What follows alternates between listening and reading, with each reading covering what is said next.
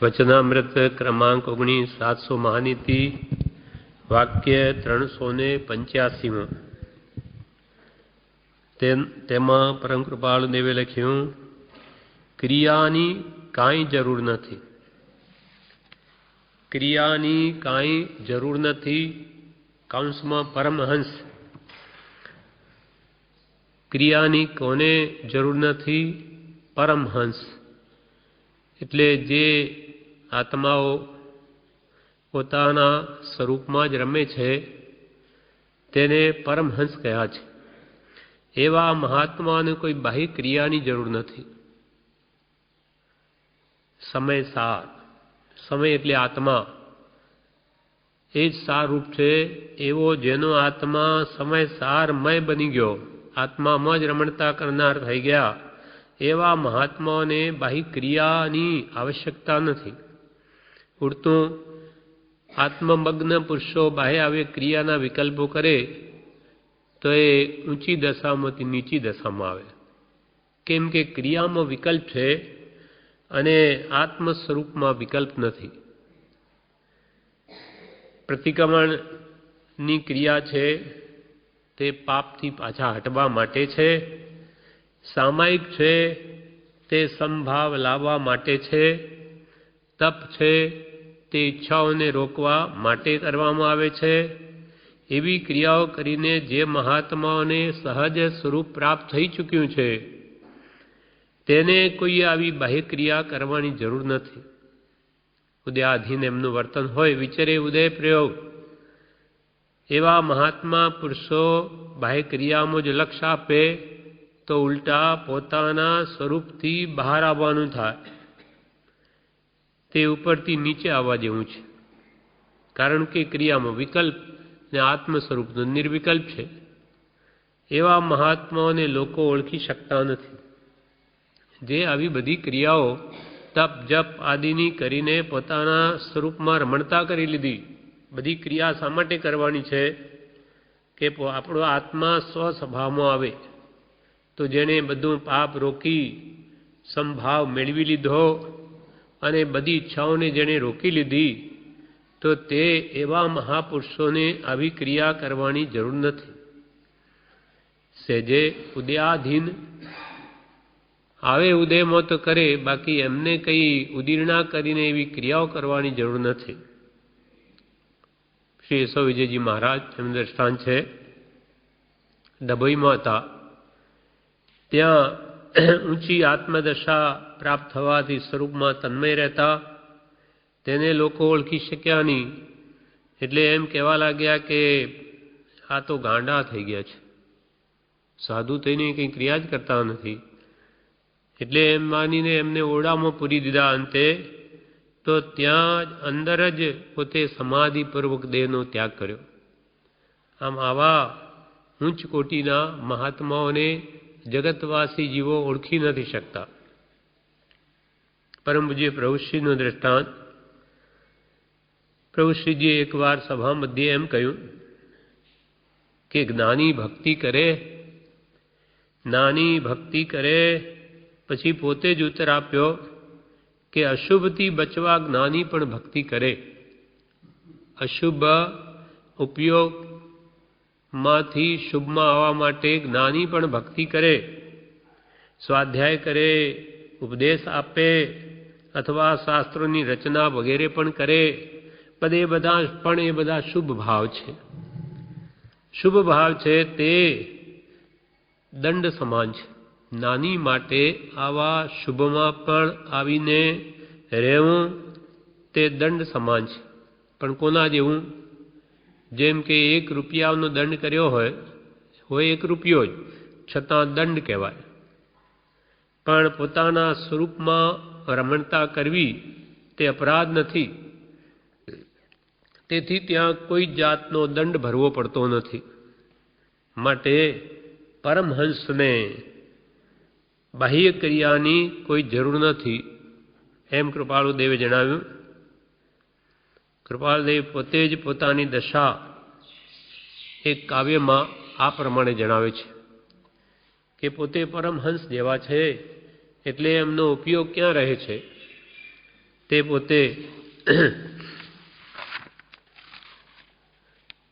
290 page ઉપર પોતે જણાવે છે,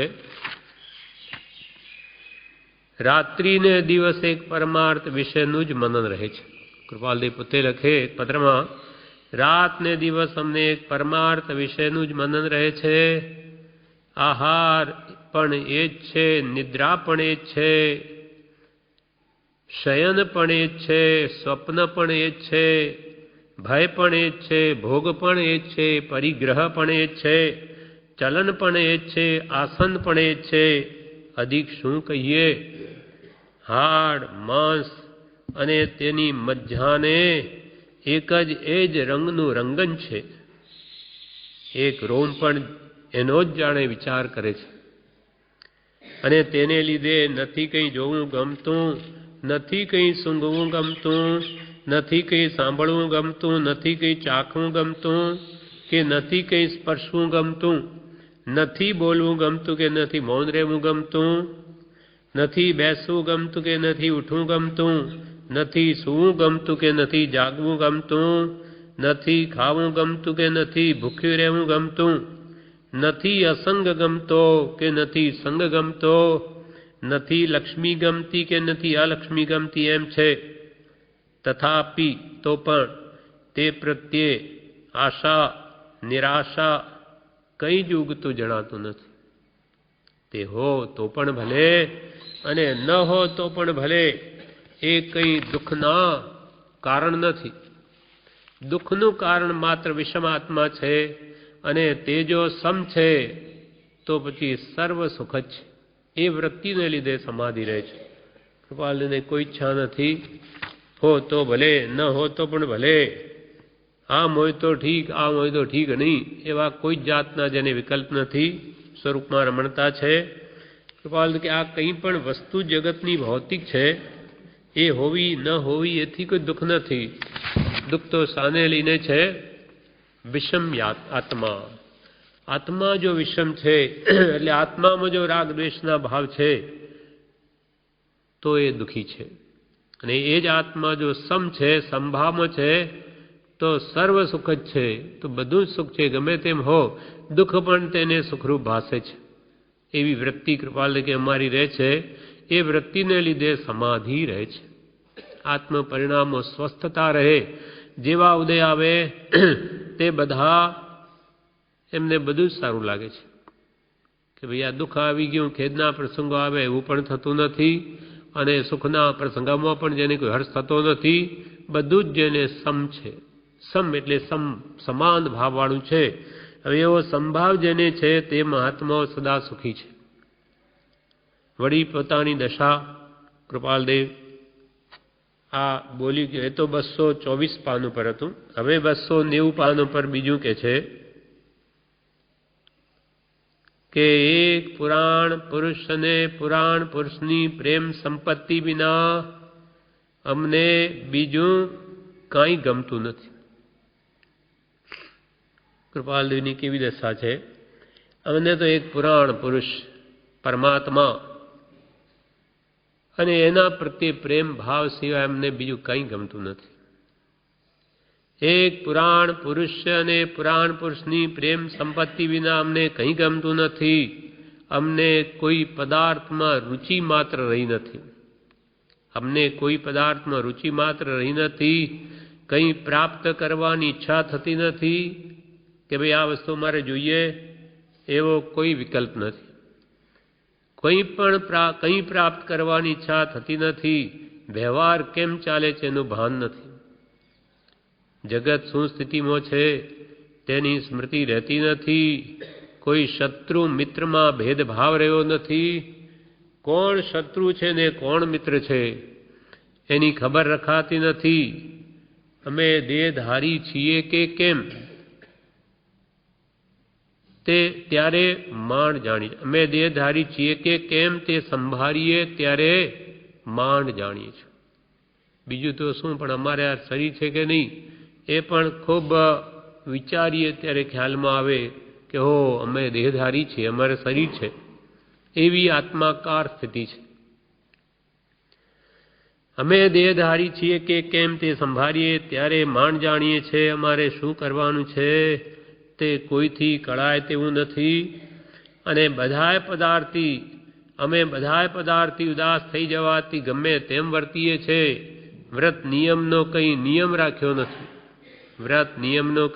રાખ્યો નથી. જાત ભાતનો કંઈ પ્રસંગ નથી. અમારાથી વિમુખ આ જગતમાં કોઈ માન્યું નથી. અમારાથી વિમુખ આ જગતમાં કોઈ માન્યું નથી. અમે કેમ કે એમની દ્રષ્ટિ તો અંતરદ્રષ્ટિ છે, સ્વરૂપમાં રમણતા છે. એટલે બાહ્ય શું થઈ રહ્યું છે એનો કોઈ હર્ષશોક નથી. એટલે સુંદરદાસજીએ કહ્યું, પ્રેમ લગ્યો પરમેશ્વર સો તબ, ભૂલી ગયો સિગરું ઘર બારા. પ્રેમ લગ્યો પરમેશ્વર સો તબ, ભૂલી ગયો સિગરો ઘર બારા. જૌ ન મત ફિરે જીત હી તિત, ને કરહી ન શરીર સંભારા. જૌ ન મત ફિરે જીત હી તિત, ને કરહી ન શરીર સંભારા. પ્રેમ લગ્યો પરમેશ્વર સો તબ, ભૂલી ગયો સિઘરું ઘર બારા.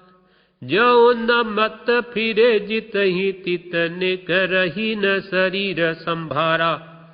પ્રેમ લગ્યો પરમેશ્વર, પરમાત્મા સાથે પ્રેમ લગ્યો ત્યારે ભૂલી ગયો સિઘરું ઘર બારા. ત્યારે બધા ઘર બાર એ તો ભૂલી ગયો, પણ કૃપાલ તો કે અમે આ શરીર દેહધારી છીએ કે કેમ તે પણ ભૂલી ગયા છે. તે પણ માંડ વિચાર કરીએ ત્યારે ભાનમાં આવે. ભૂલી ગયો સિગરું ઘર બારા.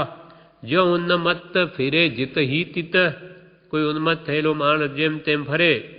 ને કરહી ને શરીર સંભાર, જેમ ઉન્મત્ત ગાંડો માણસ હોય તો એને પોતાના શરીરનું ભાન ન હોય, તેમ અમે તો અમને અમારા શરીરનું ભાન નથી. આવી દશા જેની હોય તે પરમહંસ જેવા છે, અને એમને કંઈ ક્રિયાની આવશ્યકતા નથી. કેમ કે બધું કરીને આત્મ સ્વરૂપમાં રમણતા કરવી છે. એ જેને થઈ ગઈ તો પછી ક્રિયાઓ કરવાથી તો નીચો આવે. જેમ કે કોઈને અહીંયા આપણે ઉપર આવવું હોય, આ પગથિયાઓ છે એટલા 14-15, હવે એના ઉપર ચડતા જ્યારે ઉપર ચડી ગયા પછી એ પગથિયાની શી જરૂર, ઉપર આવી ગયા. હવે પાછું નીચે જવું હોય તો એની જરૂર છે, નાની હોય તો ઉપર ઉઠવું છે. પણ 2-4 પગથિયા ચડે ને એને ત્યાં જ બેસી રહે. બસ જાણે હું તો ચડી ગયો, તે ઉપર કેમ આવે? એમ જ્યારે ઉપર ચડી ગયા પછી પગથિયાને જ યાદ કર્યા કરે તો ઉપર કેમ ઉઠે? સ્વરૂપમાં રમણતા કેમ કરે? કાર્યસિદ્ધિ થઈ ગઈ પછી તો સ્વરૂપમાં રમવું છે. એટલે કૃપાલ કે પરમહંસ મહાત્માઓને ક્રિયાની કાંઈ જરૂર નથી. સહજ ભાવે જે થતું હોય તે ઠીક છે, બાકી આવા ક્રિયાઓ કરવાના વિકલ્પો જ્ઞાનીઓ ન કરે. ઉપયોગ અંતર્મુખ ન રહે તો બહાર આવે, સ્વાધ્યાય કરે, ભક્તિ કરે, શાસ્ત્ર પણ લખે, પણ એના માટે ખેંચી તાણીને સ્વરૂપમાં જો સ્થિરતા થતી હોય, એટલે કે ગુપ્તિમાં રહેવાતું હોય તો બહાર સમિતિમાં ન આવે. આ પ્રમાણે વાક્ય 385 પૂરું થયું. હવે વાક્ય 386.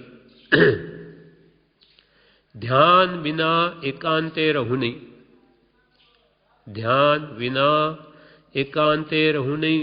મુનિ, ગ્રસ્ત, બ્રહ્મચારી, ઉપાસક અને પરમહંસ. મુ, ગુરુ, બ્ર, ઉ, પ કૌંસમાં લખ્યા છે. ધ્યાન વિના એકાંતે રહું નહીં. ધ્યાન અસલ તો નિર્વિકલ્પ ધ્યાન, આત્મધ્યાન. જ્યારે મહાત્માઓ કરે ત્યાં કોઈ વિકલ્પ હોય નહીં. એટલે એવા લોકોને માટે એકાંત શ્રેષ્ઠ છે, જ્યાં કોઈ વિક્ષેપ ન હોય.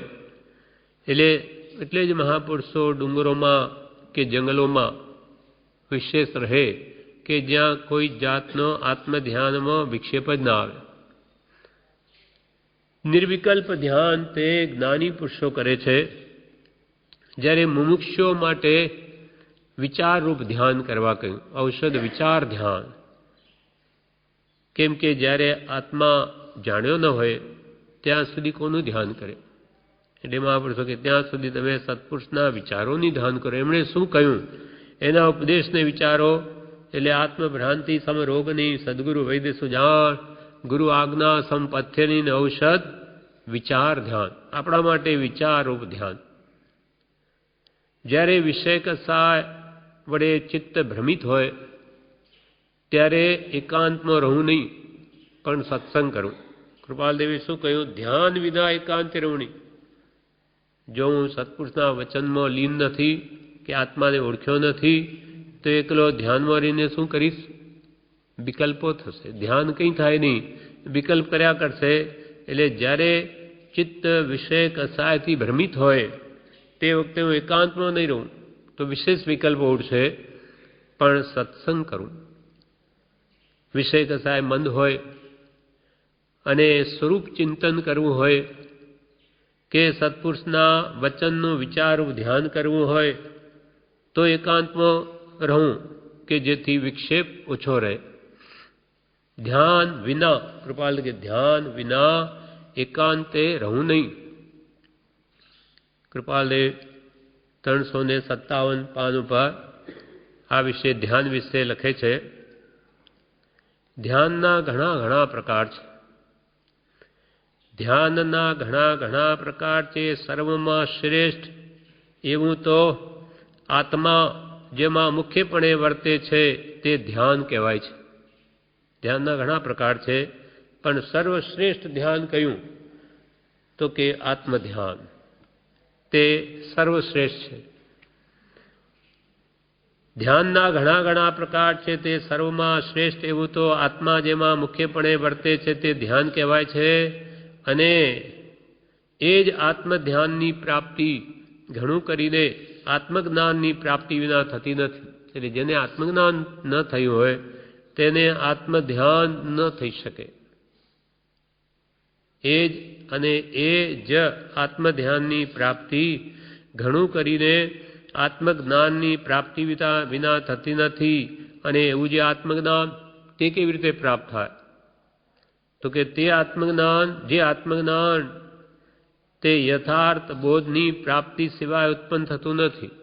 યથાર્થ બોધ જેમ છે તેમ પદાર્થનું સ્વરૂપ જ્ઞાની પુરુષો વર્ણવે છે. દેહથી ભિન્ન આત્મા, દેહનું સ્વરૂપ શું, જળનું સ્વરૂપ શું કે આત્માનું શું, એ જ્ઞાની પુરુષના બોધ દ્વારા જ્યાં સુધી જાણવામાં ન આવે અને એનું ચિંતન કરવામાં ન આવે તો આત્મજ્ઞાન જ ઉત્પન્ન થાય. એટલે કૃપાલદેવ કહે ઘણું કરીને આત્મજ્ઞાનની પ્રાપ્તિ વિના આત્મધ્યાન થાય નહીં. અને આત્મજ્ઞાન તે યથાર્થ બોધની પ્રાપ્તિ સિવાય ઉત્પન્ન થઈ શકે નહીં.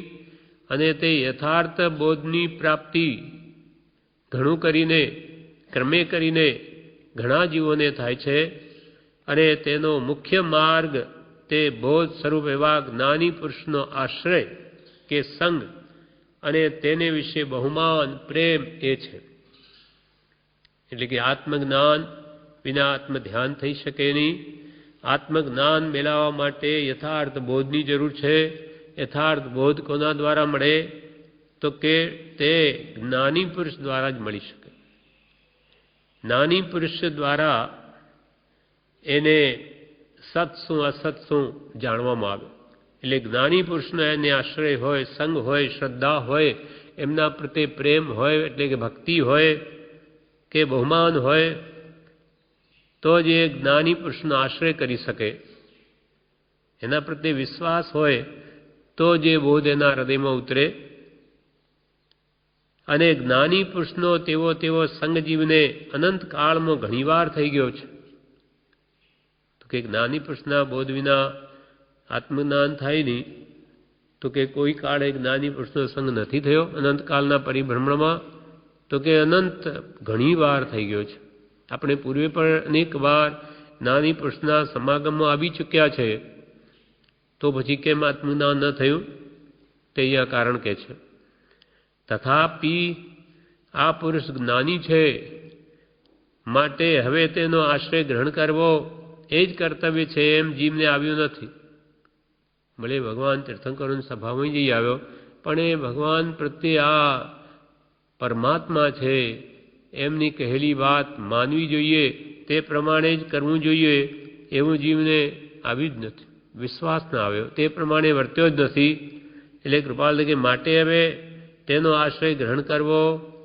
આ જ્ઞાની પુરુષ છે, જેમ કે હમણાં આપણને કૃપાલને મળ્યા, પણ હવે એનો આશ્રય ગ્રહણ કરવો જોઈએ. એટલે કે એ જે કહે તેમ કરવું જોઈએ.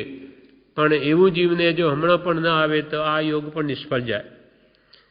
જેમ અનંતકાળમાં જ્ઞાની પુરુષનો સંગ જીવને ઘણીવાર થઈ ગયો છે, તથાપિ આ પુરુષ જ્ઞાની છે, માટે હવે તેનો આશ્રય ગ્રહણ કરવો અને એ જ કરવા યોગ્ય છે એમ જીવને આવ્યું નથી.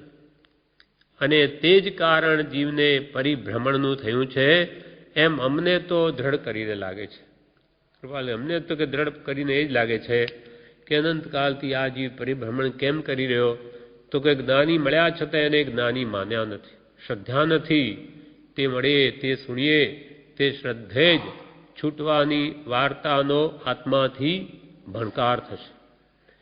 જ્ઞાની મળ્યા નથી, મળ્યા હોય તો એને સાચા ભાવે સાંભળ્યા નથી, સાંભળ્યા હોય તો શ્રદ્ધા નથી, શ્રદ્ધા હોય તો તે પ્રમાણે કર્યું નથી. માટે અનંતકાળમાં જ્ઞાની પુરુષના થયેલા સમાગમ ફોકટ ગયા. તેમ આ ભમય જો એના કયા પ્રમાણે નહીં કરે તો આ યોગ પણ નિષ્ફળ જાય.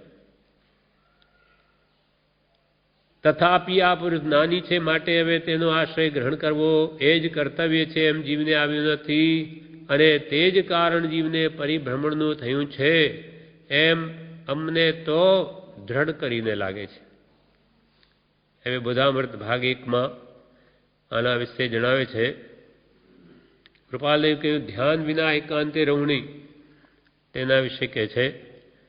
શાસ્ત્રોમાં ધ્યાનના જુદા જુદા પ્રકાર બતાવ્યા છે. તેમાં શાસ્ત્ર આમન્યાય પ્રમાણે વર્ણન હોય. શાસ્ત્રમાં તો માર્ગ કયો છે, મર્મ તો સત્પુરુષના અંતરાત્મામાં રહ્યો છે. એટલે શાસ્ત્ર આમન્યાય પ્રમાણે શાસ્ત્રોમાં ધ્યાનનું વર્ણન કરેલું હોય, પણ પરંતુ મુખ્ય ધ્યાન તો સત્પુરુષના વચનોમાં ચિત્ત રહે, મંત્રમાં ધ્યાન રહે કે પુસ્તકનું વાંચન કરીએ તેમાં એકાગ્રતા રહે, તે બધું ધર્મ ધ્યાન જ છે. આપણા જેવા માટે તો મુખ્ય ધ્યાન શું? સત્પુરુષના વચનોમાં આપણું ચિત્ત રહે, જ્ઞાનીએ શું કહ્યું એ જ વિચારો મન રહે, કે મંત્રમાં ઉપયોગ રહે કે પુસ્તકનું વાંચન કરીએ તેમાં સ્થિરતા રહે, એ બધું ધર્મ ધ્યાન જ છે.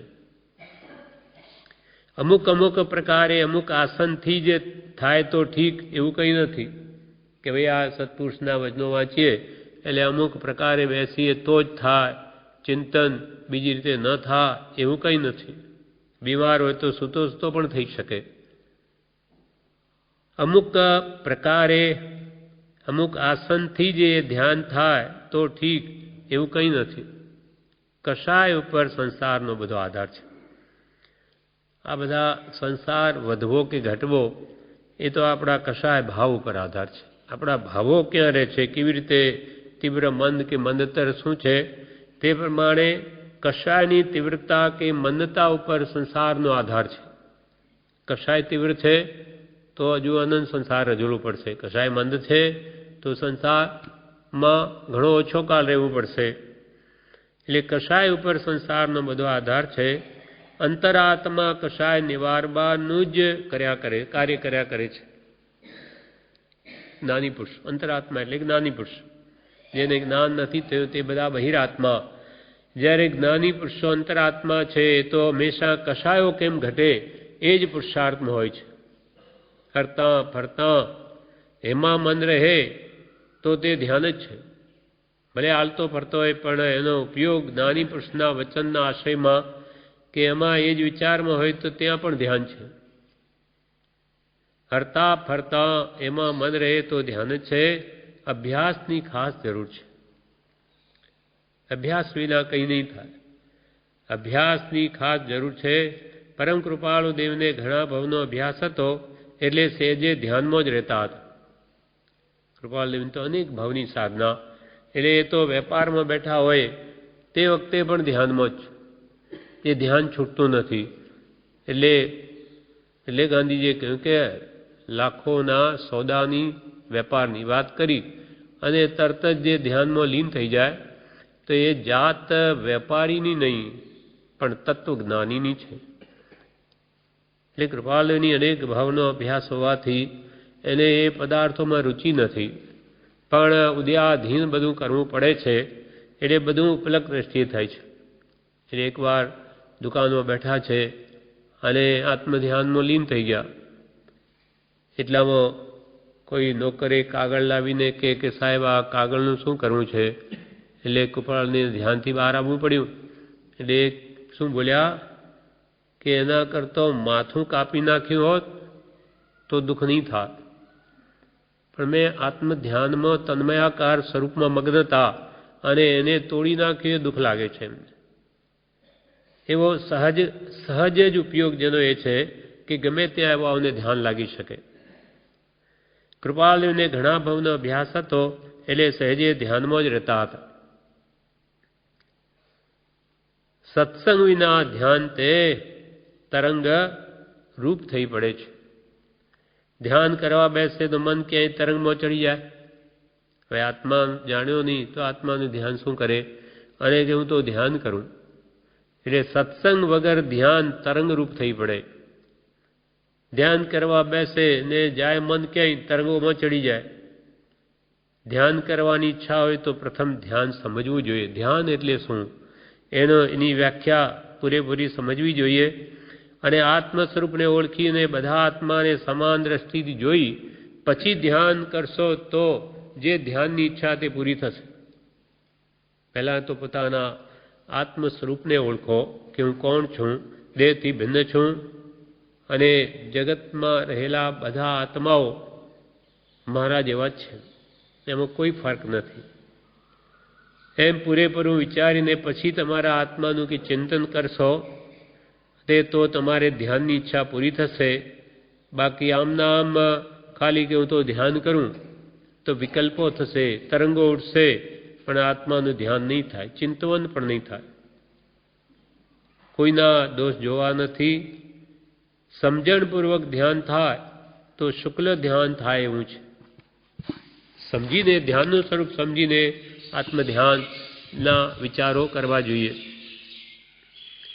પરમાત્મામાં ચિત્તને રોકવું એ મહાન ધ્યાન છે. પરમાત્મામાં આપણા મનને રોકવું એ તો મહાન ધ્યાન છે.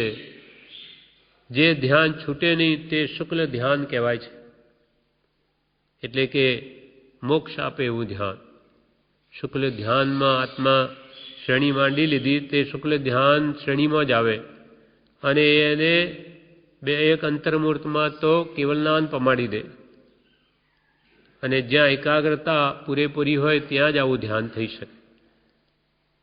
કેવળી ભગવાનની વૃત્તિ તો અખંડપણે આત્મામાં જ રહે છે. એ તો ઉપદેશ આપે ત્યારે પણ એની વૃત્તિ ધ્યાનમાં હોય. કેમ કે મોહનીય કર્મ સર્વતા ક્ષય થઈ ગયું, ચારિત્રમો આદિ, એટલે એમનો ઉપયોગ તો ગમે તેવી સ્થિતિમાં પણ બહાર જતો જ નથી. એટલે ઉદ્યાધીન જે પરમાણુ ખરવાનો એ ખરી જાય, બાકી પોતે તો હંમેશા આત્મામાં જ રહે છે. એટલે કેવડી ભગવાનની વૃત્તિ અખંડપણે આત્મામાં જ રહે છે. ઉપદેશ આપે તો પણ વૃત્તિ આત્મામાં જ રહે છે. 286 ઉપર બોધામૃત ભાગ 1 કે છે, કોઈ મુમુક્ષે પૂછ્યું હશે કે ધ્યાનમાં શું કરવું? આપણે કે ધ્યાનમાં શું કરવું?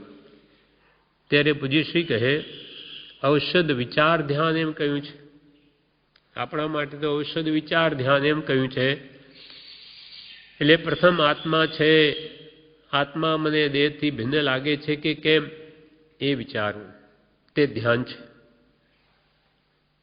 પહેલાં તો આપણે ધ્યાન કરીએ તો કોનું ધ્યાન કરીએ? આત્મા નથી જાણ્યો એટલે આ મારો આત્મા છે અને તે આ દેહથી ભિન્ન છે કે કેમ, તેના શું શું કારણો જ્ઞાની પુષ્ય આપ્યા હોય એ વિચારવું જોઈએ. જેમ કે આ દેહ છૂટી જાય ત્યારે આમાંથી જીવ નીકળી જાય છે, એટલે જીવ અને આ દેહ બે જુદા છે, ભિન્ન છે. અને સુખ દુઃખનું વેદન તે આત્માને થાય છે, જળ જેવા દેહને નહીં. તો દેહ ને આત્મા બી જુદા છે. એમ એ વાત વિચારવાથી જે એને લક્ષમાં આવે છે તેને પણ ધ્યાન કહેવાય છે. ચિત્તની એકાગ્રતા કરીને આવા વિચાર કરવા એ આપણા માટે ઔષધ શું? આત્મભ્રાંતિને ટાળવાનું, તો કે વિચારરૂપ ધ્યાન. આત્મસિદ્ધિમાં 6 પદ છે તેનો વિચાર કરવો. આપણે વિચાર શું કરવા આ 6 પદના? કે આત્મા છે, નિત્ય છે, કર્તા છે, ભોગતા છે, મોક્ષ છે, મોક્ષનો ઉપાય છે. એ 6 પદને વિચારી અને 6થા પદમાં વર્તવાનું છે. મોક્ષના ઉપાયમાં વિચારરૂપ ધ્યાન થયા પછી નિર્વિકલ્પ ધ્યાન થાય છે. પહેલા વિચાર ન કરે તો એને નિર્વિકલ્પ દશા જ પ્રાપ્ત ન થાય, અર્થાત આત્માનો અનુભવ જ ન થાય. આત્માનુભવ થયા પછી નિર્વિકલ્પ ધ્યાન થાય, નહીં તો ધ્યાન ન થાય, કેવળ કલ્પનાઓ જ થાય. જેટલો આપણાથી બને તેટલો પુરુષાર્થ કરવો, બ્રહ્મચારીજી કહે. અને બોધામૃત 3માં 5/649 કૃપાલદેવ કહે છે, પૂજ્ય શ્રી બ્રહ્મચારી લખે છે એક પત્રમાં, વસ્તુ વિચારત ધ્યાવતે મન પામે વિશ્રામ, રસ સ્વાદત સુખ ઉપજે અનુભવ યાકો નામ. બનારસીદાસ. વસ્તુ વિચારત ધ્યાવતે મન પામે વિશ્રામ. વસ્તુનું સ્વરૂપ, આત્મા પણ એક વસ્તુ છે, શરીર પણ એક વસ્તુ છે, આ પૌદ્ગલિક વસ્તુ છે. આત્મા એ ચેતન વસ્તુ છે, દ્રવ્ય છે. તો એ બધા વસ્તુનો વિચાર કરે કે ચેતનના લક્ષણ જ્ઞાન દર્શનમાં એ જાણવું જોવું હોય આત્માનું લક્ષણ. જ્યારે જળનું તો રૂપ, રસ, ગંધ, સ્પર્શ. એમ આ વસ્તુનો વિચાર કરતાં કરતાં જ્યારે મન બધા વિકલ્પોમાંથી છૂટી જઈને વિશ્રાંતિ પામે, ત્યારે કોઈક વાર એને આત્માનો અનુભવ થઈ જાય, આત્માનો સ્વાદ આવે. રસ સ્વાદ સુખ ઉપજે અનુભવ યાકો નામ, તેને આત્માનુભવ કહ્યો છે. બોધામૃત ભાગ 3માં કે છે, હાથ પગ જોડી બેસી રહેવું તે ધ્યાન નથી. કોઈ કે ધ્યાન કરીએ ખૂણામાં જઈને ધ્યાનના આવા મકાન બનાવે, ત્યાં વિભાગ પાડે, જાઓ બધા ધ્યાન કરો. તો જ્ઞાની કે શાનું ધ્યાન કરે? ત્યાં જઈને હાથ પગ આમ જોડીને બેસી રહે તેથી કે ધ્યાન થાય નહીં. ચિત્તની વૃત્તિ સારા વાંચનમાં, મુખપાઠ કરવામાં, મુખપાઠ કરેલું બોલી જવામાં કે વિચાર કરવામાં રોકવી તે ધર્મ ધ્યાન છે. આત્મધ્યાન તો ઘણી ઊંચી વાત છે, આત્મજ્ઞાન થયા પછી થાય. આપણે ધર્મ ધ્યાન કરવું, અને ધર્મ ધ્યાનમાં શું શું કરવું?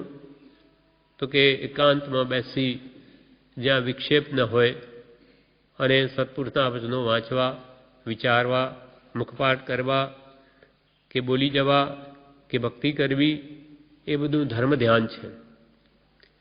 આ પ્રકારે સ્વાધ્યાય ધ્યાન એ મહાન તપ છે.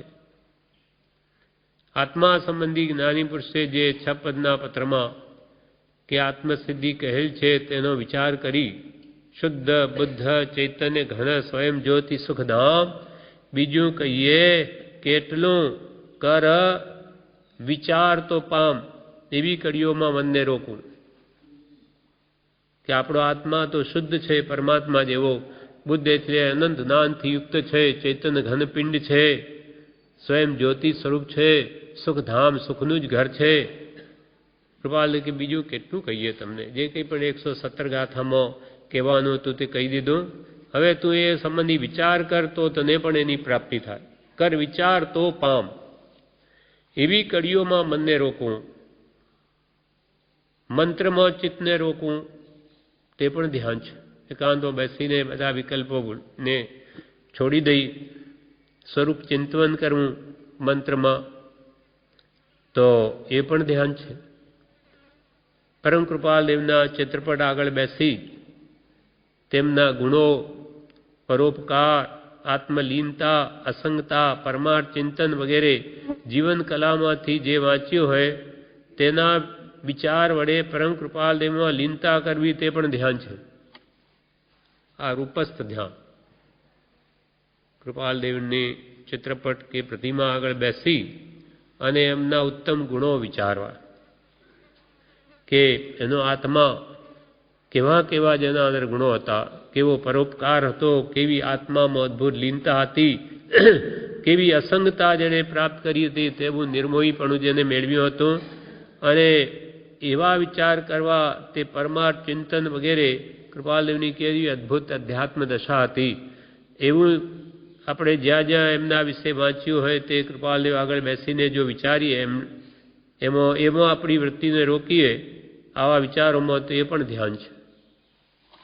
એટલે વાક્ય શું છે? કૃપાલદેવે કહ્યું 386મું વાક્ય, ધ્યાન વિના એકાંતે રહું નહીં. એકાંતમાં ધ્યાન વિના રહું નહીં. કયું ધ્યાન? તો કે શ્રેષ્ઠ તો આત્મ ધ્યાન છે, પણ આત્મા જ ન જાણ્યો હોય તો ધ્યાન ક્યાંથી કરીએ? ત્યારે આપણે વિચારરૂપ ધ્યાન, સત્પુરુષના વચનો એકાંતમાં બેસી વાંચવા, વિચારવા, ગોખવા, ફેરવવા, કોઈને વાત કરવી તો એ જ કરવી. આવી રીતે એમાં બીજા વિકલ્પો મૂકીને સત્પુરુષના વચનમાં તન્મય રહેવું આપણા માટે એ જ ધ્યાન છે. ધ્યાન વિના એકાંતે રહું નહીં. મુનિ, ગ્રસ્ત, બ્રહ્મચારી, ઉપાસક અને પરમહંસ. હવે આ વાક્ય પૂરું થયું. વાક્ય 387. એમાં પરમ કૃપાલદેવ લખે છે, લઘુ શંકામાં તુચ્છ થાવું નહીં. લઘુ શંકામાં તુચ્છ થાવું નહીં. એટલે લઘુ શંકા એટલે મૂળમાં, એટલે મૂત્ર વિસર્જન કરવાની ઈચ્છા થઈ હોય તેને રોકવી નહીં. એકી જવા માટેની ઈચ્છા થઈ હોય તો તરત જ એનું વિસર્જન કરી લેવું, પણ રોકવું નહીં. રોકવાથી શરીરને નુકસાન થાય. એક જ ચિત્તની સ્થિરતા, એના વડે આપણી ચિત્તની સ્થિરતા પણ બાધક થાય, સ્થિરતામાં બાધકતા નીવડે. એટલે એકી જવાની ઈચ્છા થઈ હોય તો તરત કરી લેવું, એને રોકવું નહીં. કેમ કે એવી હાજતોને રોકવાથી મરણ પણ થઈ જાય છે. પ્રતિક્રમણ વગેરે ક્રિયા કરતા હોઈએ ત્યારે પણ ઉઠીને આવી શંકા નિવારણ કરવા મહાપુરુષોએ છૂટ આપી છે. દ્રષ્ટાંત છે, એક મુનિને અડધી રાત્રે માતૃ જવાની ઈચ્છા થઈ. મુનિઓ એકી જેવો માતૃ કહે ને, ઈચ્છા થઈ. પછી બહુ અંધારું હતું, ઘણું જ જગ્યા શોધીને રાખેલી નહીં. દિવસે હવે રહેવાય નહીં, શું કરવું? તે વખતે દેવે સૂર્યનો પ્રકાશ કર્યો, તેથી લઘુ શંકા દૂર કરીને તે આવ્યા. પછી પાછી રાત થઈ ગઈ. એટલે તે જોઈ મુનિ પશ્ચાતાપ કરવા લાગ્યા કે દિવસે જગ્યા શોધીને રાખી નહીં, તેનું આ પરિણામ છે. માટે લઘુ શંકા નિવારણમાં વિલંબ કરવું નહીં. એટલે કૃપાલ કે લઘુ શંકામાં તુચ્છ થવું નહીં. હવે વાક્ય 388. દીર્ઘ શંકામાં વખત લગાડવું નહીં. દીર્ઘ શંકામાં વખત લગાડવું નહીં. દીર્ઘ શંકા એટલે મળત્યાગ અર્થાત સંડાસ જવામાં વધુ વખત લગાડવું નહીં. વધુ વખત ક્યારે લાગે? કે પેટમાં અજીર્ણ હોય તો મળત્યાગ થતાં વાર લાગે. માટે સરળતાથી પચે એવું સાદું ભોજન કરવું કે જેથી શીઘ્ર મળત્યાગ થાય અને શરીર પણ સ્વસ્થ રહે. માટે દીર્ઘ શંકામાં વધુ વખત જાય નહીં તેવો ઉપાય કરું. એટલે કે સાદું ભોજન લઉં, સરળતાથી પચે એવું લઉં, એટલું જ લઉં, ઓછું લઉં કે જેથી અજીર્ણ થાય નહીં. એટલે કૃપા દીર્ઘ શંકામાં વખત લગાડવું નહીં. હવે વાક્ય છે 389. એમાં કહ્યું, ઋતુના શરીર ધર્મ સાચવું. ઋતુના શરીર ધર્મ સાચવું. ગ્રસ્તે શરદીની ઋતુ, ગરમીની ઋતુ, ચોમાસાની ઋતુ, એ બધામાં શરીરના ધર્મ સાચવું. કેમ કે શરીર ધર્મ સાચવીશું તો શરીર સ્વસ્થ રહેશે અને સ્વસ્થ રહેલ શરીર આત્મવિચારણા કરી શકશે, ભક્તિ કરી શકશે. એટલે અપરિણામિક મમતા શરીરમાં હોય જે પરિણામે સમતા સ્વરૂપ છે, તો એવી રીતે શરીરને આત્માર્થે જો ઉપયોગમાં હોય તો એને સ્વસ્થ રાખવા કહ્યું છે. અને જો વિષય વિકારમાં જ એ શરીરનો માત્ર ઉપયોગ થતો હોય તો એ ફૂટી બદામની કિંમતનું પણ નથી. એટલે ઋતુના શરીર ધર્મ સાચવું ગ્રસ્ત શરદી કે ગરમીની કે ચોમાસાની ઋતુમાં આપણા શરીરને કયો આહાર અનુકૂળ છે તે વિચારીને આહાર ગ્રહણ કરવું કે ભાઈ મારી શરીર પ્રકૃતિ પિત્તની છે કે કફની છે કે વાતની છે, વાયુની છે, એ જોઈને મારે કયો આહાર મને વિક્ષેપ ન કરે ચોમાસામાં, શિયાળામાં કે ઉનાળામાં, તે પ્રકારનું જ ભોજન કરવું જેથી શરીર બગડે નહીં અને શરીરમાં પણ સ્ફૂર્તિ રહે. એમ આરોગ્યતા સાચવી વિશેષ ધર્મ ધ્યાન કરવું. શરીર સ્વસ્થ રહે તે પણ એક જાતની સમાધિ છે. કૃપાલ કે શરીર સ્વસ્થ રહે એ પણ એક પ્રકારની સમાધિ છે. એમ કૃપાલદેવે કહ્યું.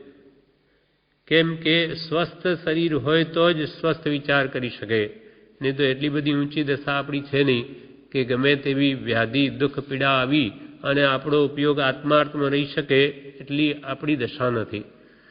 એટલે જે પ્રમાણે આપણે શરીર પ્રકૃતિને અનુકૂળ આવે એ ઋતુમાં જે યોગ્ય હોય તે પ્રમાણે લેવું. એ દરેકનું જુદું જુદું હોય છે તો તે પ્રમાણે વિચારીને કરવું. ઉપદેશ પ્રસાદ ભાષાંતરમાં આના વિશે કહે છે, ગ્રસ્તે ભોજન કરતી વખતે મંત્ર સ્મરણ કરી તથા પચખાણ સંભાળીને ભોજન કરવું. ભોજન કરવા બેઠા હોય ત્યારે પહેલાં ભગવાનની સ્મૃતિ કરવી અને કોઈ પચખાણ કયા પ્રકારનું કંઈ કર્યું હોય તે પ્રકારે યાદ કરીને પછી ભોજન કરવું. ભોજન કરવામાં સમયનું ઉલ્લંઘન કરવું નહીં. રોજે જે સમયે ભોજન લેતા હોય તે સમય જ લેવું. તેમાં પણ ચાલતી ઋતુને યોગ્ય આહાર લેવો કે હમણાં કઈ ઋતુ ચાલી રહી છે તે ઋતુને આધારે ભોજન લેવું. જેમ કે કહ્યું છે કે વર્ષા ઋતુમાં લવણ અમૃત છે. વર્ષા એટલે ચોમાસામાં મીઠું છે તે અમૃત જેવું છે. અને શરદ ઋતુમાં આંબળાનો રસ અમૃત છે. શરદ ઋતુ એટલે ભાદરવો અને આસો જ આ હમણાં ચાલી રહી છે એ ઋતુઓ, એમાં આંબળાનો રસ અમૃત છે. વસંત ઋતુમાં ઘી અમૃત છે. ફાગણ અને ચૈત્ર મહિનાની ઋતુને વસંત ઋતુ કહે, તેમાં ઘી અમૃત છે. અને ગ્રીષ્મ ઋતુ ગરમીની ઋતુ હોય, સિઝન હોય, તેમાં ગોળ અમૃત છે. આ પ્રમાણે જે જે પદાર્થ જેને અનુકૂળ આવતા હોય તે પ્રમાણે આહાર લેવો જોઈએ. કેમ કે જમવા માટે જીવવું નથી પણ જીવવા માટે જમવું છે. આ દેહની સ્વસ્થતા રહે તો આત્માર્થ સારી રીતે થઈ શકે. એટલે આ દેહથી આત્માર્થ સાધવો છે, તેમાં શરીર આપણું સાથ આપે તેના માટે દેહને ખોરાક આપવો છે. તેથી સાદું ભોજન કરવું અને તે પણ પ્રમાણસર કરવું, પ્રમાણથી અધિકું નહીં. કેમ કે છે કે 2 ભાગ પેટના 4 ભાગ પાડવા. 2 ભાગ ભોજન, 1 ભાગ પાણી માટે અને 1 ભાગ હવા આવજા માટે, ઓક્સિજન અંદર જ્યાં કરે જે પાચક દ્રવ્ય છે, એમ 4 ભાગ પાડીને ભોજન અડધું જ લેવું, અડધા પ્રમાણ, કે સરળતાથી પચી શકે અને અજીર્ણ થાય નહીં. એટલે ભોજન પણ સાદું ભોજન પણ પ્રમાણસર લેવું. સાદું ભોજન પણ અધિક પ્રમાણમાં કરે તો પણ અજીર્ણ થઈ જાય કે ભાઈ આ તો સાદું છે પણ ખૂબ ખાય પેટ ભરી ભરીને ગળા સુધી, તો એ પણ શરીરને બગાડે. અધિક ભોજન કરવાથી જ અજીર્ણ, કાં વમન એટલે ઉલટી થાય, કાં વિરેચન એટલે ઝાડા વગેરેના રોગો થાય છે. એટલે કહ્યું છે કે હે જીવ, જમવાનું ને બોલવાનું પ્રમાણ તું જાણી લે.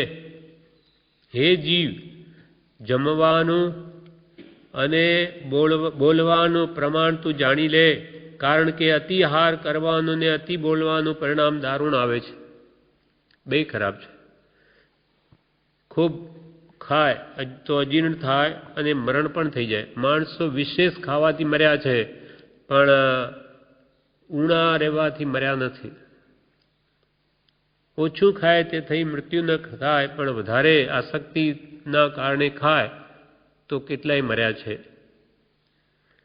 એટલે એમ કહ્યું કે હે જીવ, જમવાનું ને બોલવાનું પ્રમાણ તું જાણી લે, કારણ કે અતિ આહાર કરવાનું ને અતિ બોલવાનું પરિણામ દારૂણ એટલે ભયંકર આવે છે. વધારે બોલ કરે તો પણ વેર વધી જાય, ઝઘડા થઈ જાય. એટલે બોલવામાં પણ જેમ બને તેમ મૌન રહેવું, અને ખાવામાં પણ જેમ બને તેમ ઓછું ખાવું. કમ ખાઓ ઓર ગમ ખાઓ. કમ ખાવાથી શરીર સારું રહે, અને ગમ ખાવાથી આત્માને લાભ છે, એ સારું રહે.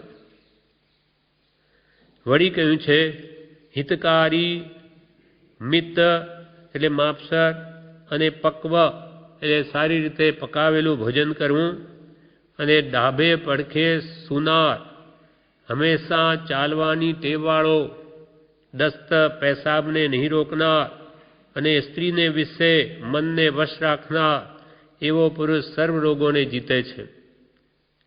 જે